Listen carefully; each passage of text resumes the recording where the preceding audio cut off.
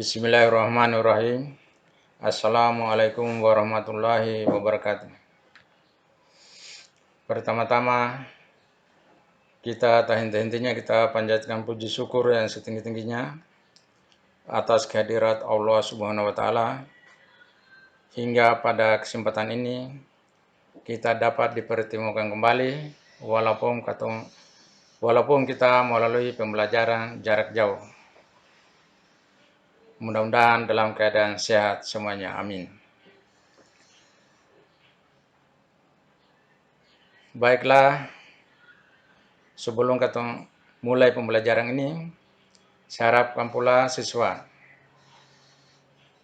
jangan lupa mengisi daftar hadir, karena dengan adanya daftar hadir itu di situ bisa ditahu siapa yang aktif dan siapa yang tidak aktif. Semuanya dikembalikan tanggung jawab masing-masing. Baiklah, materi saya pada pagi hari ini saya akan mulai dengan dampak. Yang pertama adalah dampak virus corona bagi lingkungan sosial, ekonomi hingga alam.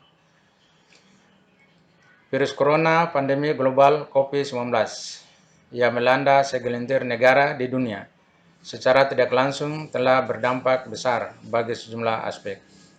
Mulai dari lingkungan ekonomi, sosial hingga mempengaruhi kondisi alam. Dalam hitungan bulan, virus corona telah mengubah cara hidup dan kondisi masyarakat dunia.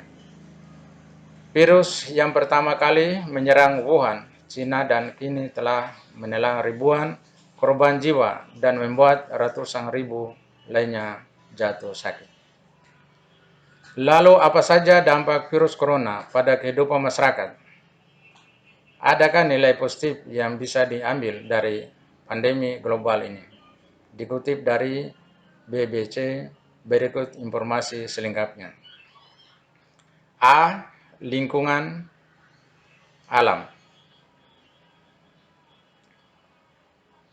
Penerapan physical distancing yang mengharuskan seseorang berdiam diri di rumah ternyata banyak terpengaruh terhadap kondisi alam.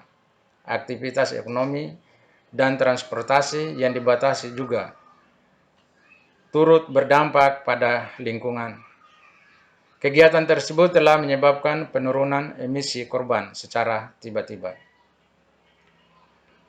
Dibandingkan dengan tahun lalu, tingkat polusi di New York telah berkurang hampir 50% karena langkah-langkah yang dilakukan untuk menekan penyebaran virus.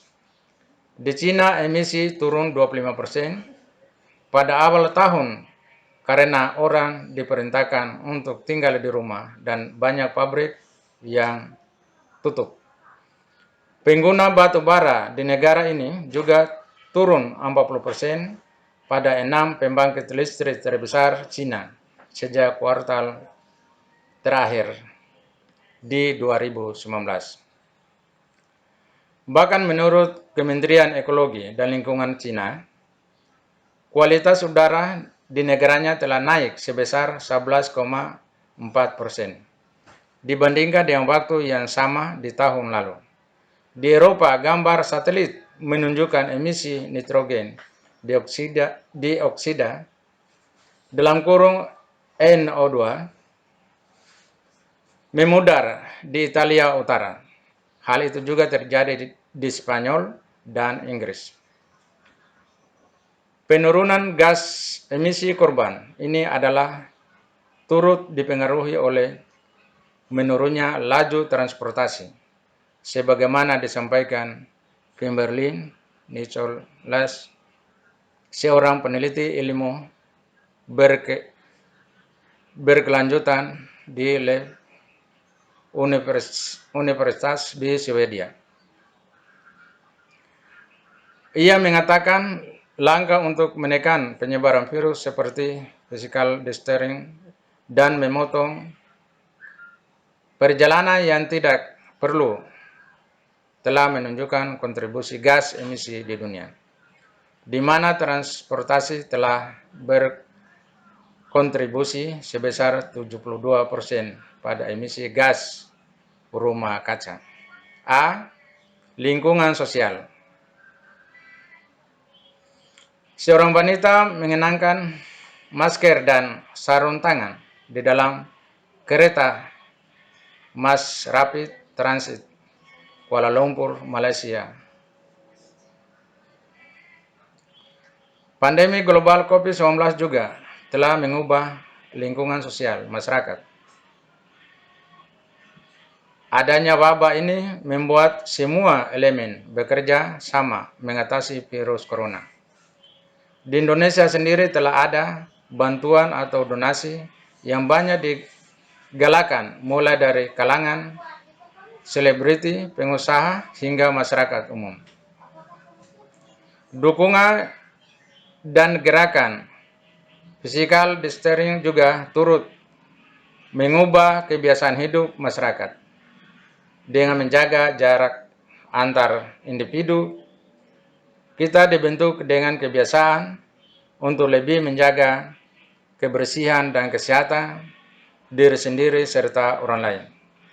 Wabah ini juga telah mengubah pola pikir masyarakat untuk hidup sehat. B. Lingkungan ekonomi.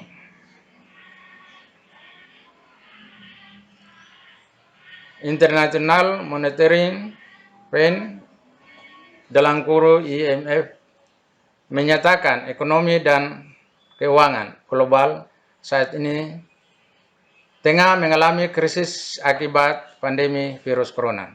Hal tersebut dikarenakan pendorong utama pergerakan perekonomian, yaitu konsumsi rumah tangga, belakangan terus melambat.